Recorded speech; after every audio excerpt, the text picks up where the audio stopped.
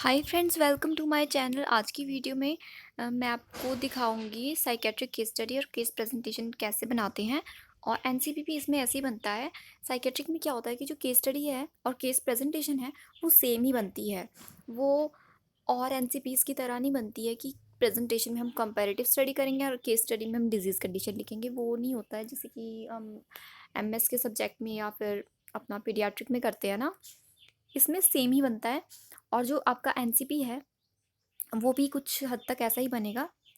तो इसमें थोड़ा-सा आपको प्रॉब्लम हो सकती है देखने में, क्योंकि ये धुंधला सा है जो फॉर्मेट है, मुझे कहीं से मिला और साफ नहीं दिखेगा ये, मुझे ऐसा लगता है। फिर आपको मैं थोड़ा-सा पढ़ के बता दूँगी। पेशेंट का आइडेंटिफिकेशन डाटा जैसे कि हम हर एनसीपी और केस स्टडी में लिखते हैं वो आपको लिखना है। डायग्नोसिस में सिज़ोफ्रेनिया का है। और चीज़ें आप सेम लिखोगे। मोड ऑफ एडमिशन वॉलंटरी है। और इन्फॉर्मेंट आता है इसके अंडर कि कौन पेशेंट को लेकर आया, किसने पेशेंट की एडमिशन की। तो उनका नाम क्या है? उनका नाम है मिस्टर विरमल और वो ब्रदर है। और उनके साथ कब से पेशेंट के साथ वो स्टे कर रहे हैं, तो बाय बर्थ। फिर पेशेंट का चीफ कंप्लेंट्स हम लोग इसमें लिखेंगे कि पेशेंट को क्या प्रॉब्लम है जो वो एडमिट हुए। तो टोटल ड्यूरेशन ऑफ इलनेस उनकी 2 ईयर है। करंट एपिसोड एक्साइटमेंट का है। उनको हेलुसिनेशन भी है।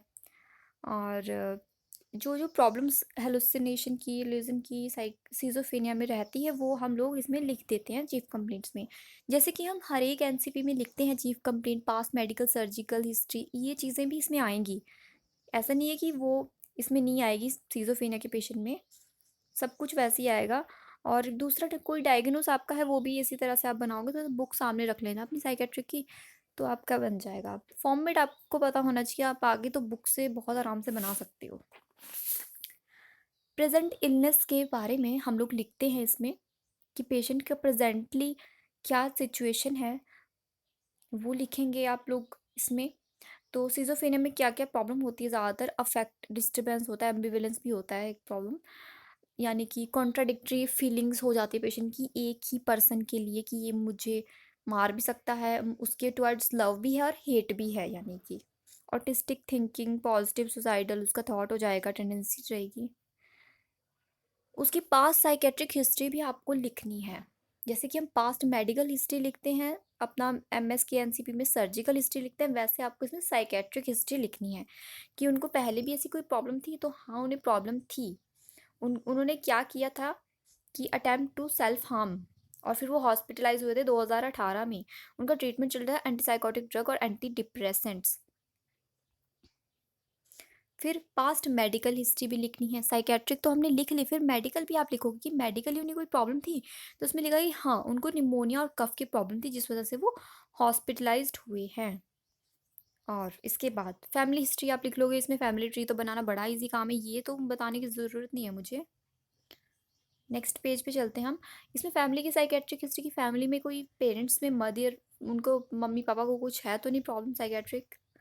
फिर पर्सनल हिस्ट्री, ये बिल्कुल खाली इसमें रखा हुआ है, आप इसमें लिख सकते हो पेशेंट को कुछ हॉबीज़ उनकी पसंद है, कुछ उनकी हैबिट्स हैं वो आप लिख सकते हो।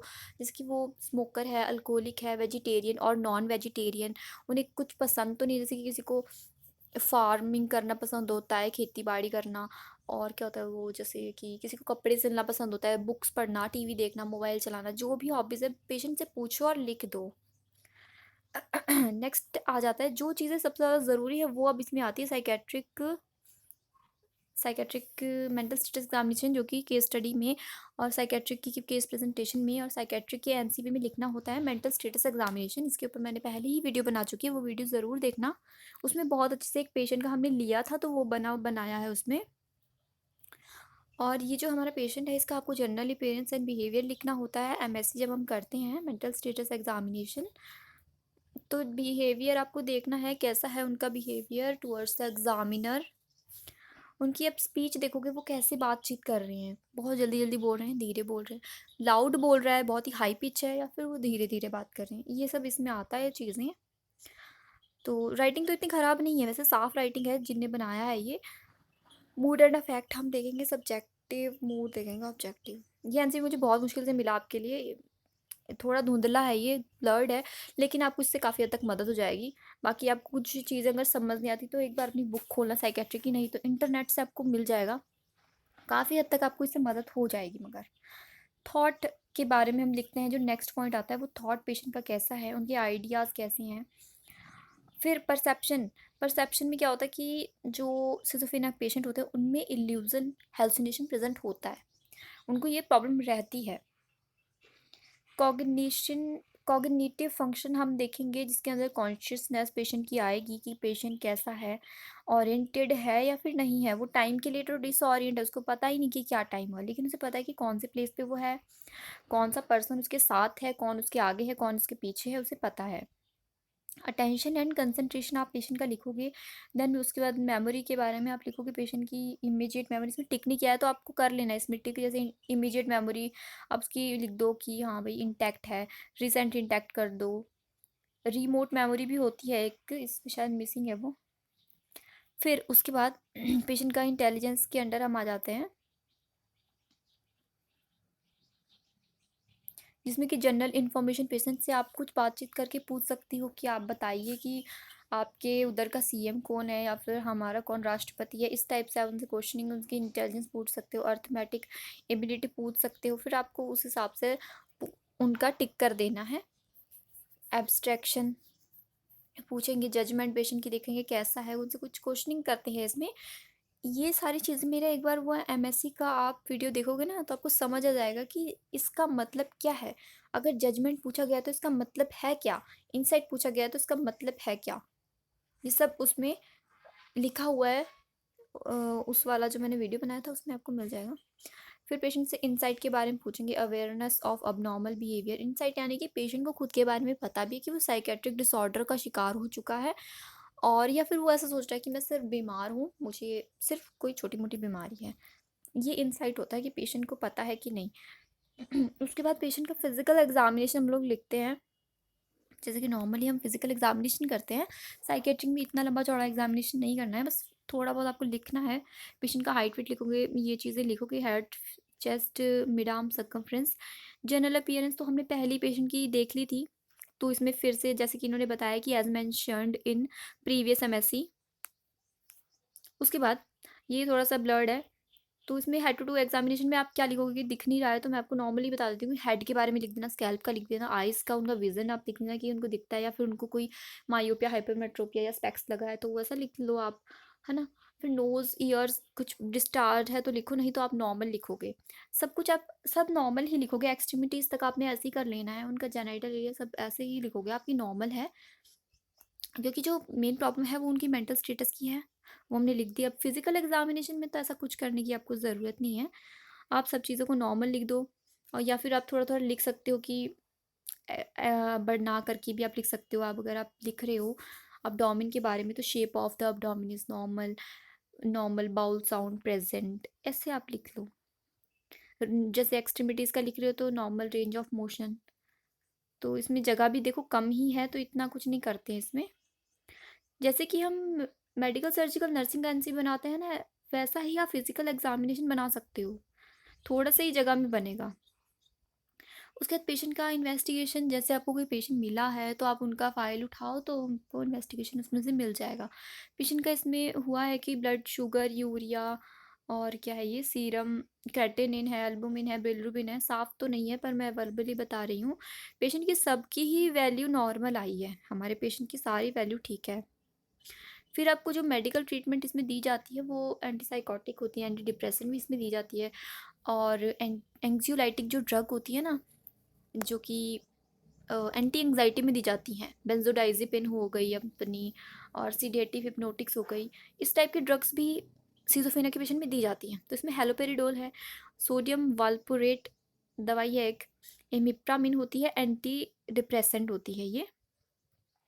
लोपेज है, लोराज़ेपाम है जो कि एंग्जियोलाइटिक ड्रग्स के अंदर आती है, सीडेशन हिप्नोटिक्स में। और हेलोपेरिडोल तो वो होती है, एंटीसाइकोटिक होती है। तो ये 4-5 दवाइयाँ आप लिख सकते हो। इसमें थोड़ा-सा आपको दिख नहीं रहा होगा, डोज़ अपनी बुक से आप एक बार देख लेना। तो दवाइयाँ आप समझ गए हो। मेडिकल ट्रीटमेंट में इतना कोई आपको टेंशन लेने की ज़रूरत नहीं है कि आपको दिखाई नहीं दे रहा है तो अब आप क्या लिखोगे। आप एक बार बुक देखो या फिर इंटरनेट से आपको मिल जाएगी सिज़ोफ्रेनिया की मेडिसिन, वहाँ से लिख लो आप। ईसीटी में हमने क्या किया है कि ईसीटी जो है सिज़ोफ्रेनिया के पेशेंट में दी जाती है। सिज़ोफ्रेनिया, डिप्रेशन और कोई मेनिया पेशेंट है ना, बाइपोलर, उसमें ईसीटी थेरेपी चलती है, दी जाती है। तो इसमें यूजुअली 8 to 12 ईसीटी दी गई है, नीडेड है। और कैटाटोनिक स्टूपर जो होते हैं प्रॉब्लम, उसमें भी दी जाती है। पेशेंट एक ही जगह बैठा रहता है, किसी से बात नहीं करता, बिल्कुल जैसे कि मूर्ति बन जाना, मूर्ति वैसे ही बैठा रहेगा, एक ही पोजीशन में, बात नहीं करनी है, ना हिलना डुलना। साइकोलॉजिकल थेरेपी, इसमें ग्रुप थेरेपी आप देख सकते हो, बिहेवियर थेरेपी और सोशल स्किल ट्रेनिंग, जैसे कि कोई ऑक्यूपेशन थेरेपी भी आप इसको कह सकते हो। उसके बाद जो केस स्टडी के अंडर या फिर केस प्रेजेंटेशन के अंदर चीज़ आती है वो है comparison between patient and book. तो यहाँ पर हम कंपैरिजन करते हैं कि हमारी बुक में क्या था, हमने क्या पढ़ा सिज़ोफ्रेनिया के बारे में, और हमारे पेशेंट में हमने क्या क्या चीज़ें देखी, ऑब्ज़र्व करी। तो वो हम लिख लेते हैं यहाँ पर भी। डायग्नोस्टिक इवैल्यूएशन है इसमें, और लास्ट में मैनेजमेंट है। थोड़ा सा साफ में नहीं दिख रहा है। और प्रोग्नोसिस। फिर आपको डायग्नोस जो चीज़ें ज़रूरी हैं वो लास्ट में आती है हमारी नर्सिंग डायग्नोसिस की, जिसके अंडर 4 डायग्नोसिस यहाँ लिखे हैं कि डिस्टर्ब थॉट प्रोसेस है उनका, सेल्फ केयर डेफिसिट है, रिस्क फॉर हार्म है, और इम्पेयर्ड हेल्थ स्टेटस मेंटेनेंस है उनका। फिर जैसे कि हम नर्सिंग प्रोसेस बनाते हैं वैसा ही नर्सिंग प्रोसेस बनेगा इसमें भी। पेशेंट का सब्जेक्टिव ऑब्जेक्टिव डाटा लिखते हैं, जैसे कि सब्जेक्टिव डाटा आप देख सकते हो, पेशेंट ने जो चीज़ बताई नीचे तक आ गया, वो ये कंप्लीट सब्जेक्टिव ही डाटा चल गया है। ऑब्जेक्टिव डाटा में डिल्यूजनल थिंकिंग ऑब्जर्व्ड, ये जो है वो एग्जामिनर ने या फिर हम लोग ने ऑब्जर्व किया। फिर आप डायग्नोज पेशेंट का लिखोगे, देन आप गोल्स सेट करोगे, आउटकम निकालोगे, इंटरवेंशन हम लोग को करना है, इम्प्लीमेंटेशन और इवैल्यूएशन। तो ये हमारा पहला डायग्नोस है। उसके बाद नेक्स्ट डायग्नोस ये वाला है, जिसमें कि आप असेसमेंट पेशेंट का करोगे, सब्जेक्टिव डाटा उसी तरह से हम सब्जेक्टिव डाटा करेंगे, देन हम ऑब्जेक्टिव डाटा निकालेंगे। फिर आपको डायग्नोस बनाना है, तो potential for violence, self directed और at other related to common hallucination, और गोल, इंटरवेंशन, इम्प्लीमेंटेशन, इवैल्यूएशन। आपको फॉर्मेट समझ आ रहा होगा तो आप आराम से बना पाओगे। तो इसमें 2 जो डायग्नोस है वो एक्सप्लेन कर दिए गए हैं एंड लिस्ट कर दिए थे 4। उसके बाद हेल्थ एजुकेशन प्रोवाइड करना है आपको पेशेंट को, उनका अगर फैमिली मेम्बर्स हैं, उनका ब्रदर है उसको, तो थोड़ी सी हेल्थ एजुकेशन दी, ड्रग्स दवाइयों के बारे में बताया, कुछ थेरेपीज़ के बारे में बता देना है आपको, और लास्ट में अपने टॉपिक को कंक्लूड कर देना है। तो इतना हमारा ये जो साइकेट्रिक का एनसीपी कह लो आप इसको, केस स्टडी केस प्रेजेंटेशन इसी तरह बनेगा। हाँ, आप लोग ऐसा कर सकते हो कि अगर आप साइकेट्रिक का एनसीपी बना रहे हो सिज़ोफ्रेनिया पे, किसी और टॉपिक पे, तो आप जो कंपैरेटिव स्टडी थी ना, इसमें टॉपिक जो था वो आप हटा देना, सीधे आप डायग्नोस पे आ जाना। फिजिकल एग्जामिनेशन के बाद सीधे आप डायग्नोस पे आ जाना, तो आपको समझ आ जाएगा। और मैं आपको एक बात बताती हूँ कि एक बिमला कपूर नाम से बुक है, अगर आपके पास वो बुक है तो उसमें हर एक प्रॉब्लम का नर्सिंग डायग्नोस बने हुए हैं, जिस जैसे कि इसमें बने हैं ना बॉक्सेस में, इस तरह से उसमें आपको डायग्नोस मिलेंगे, पूरा फॉर्मेट मिलेगा नर्सिंग प्रोसेस का, असेसमेंट, डायग्नोस, आउटकम, सब कुछ उसमें है। असेसमेंट तो शायद नहीं है, but diagnose, goal, intervention, implementation, evaluation, ये सब आपको मिलेगा। बिमला कपूर बुक है, उसमें येलो सी बुक थी, हमें मिली थी, उसमें था। तो उस बुक से भी आप बना सकते हो अगर आपको इसमें क्लियरली नहीं दिख रहा है। और थोड़ा आपको हेल्प तो हो ही जाएगा वैसे इससे, इसमें धुंधला ज़रूर है, लेकिन आप हेडिंग्स देखकर समझ जाओगे कि आपको क्या क्या उसके अंदर ऐड करना है। और थैंक यू फ्रेंड्स।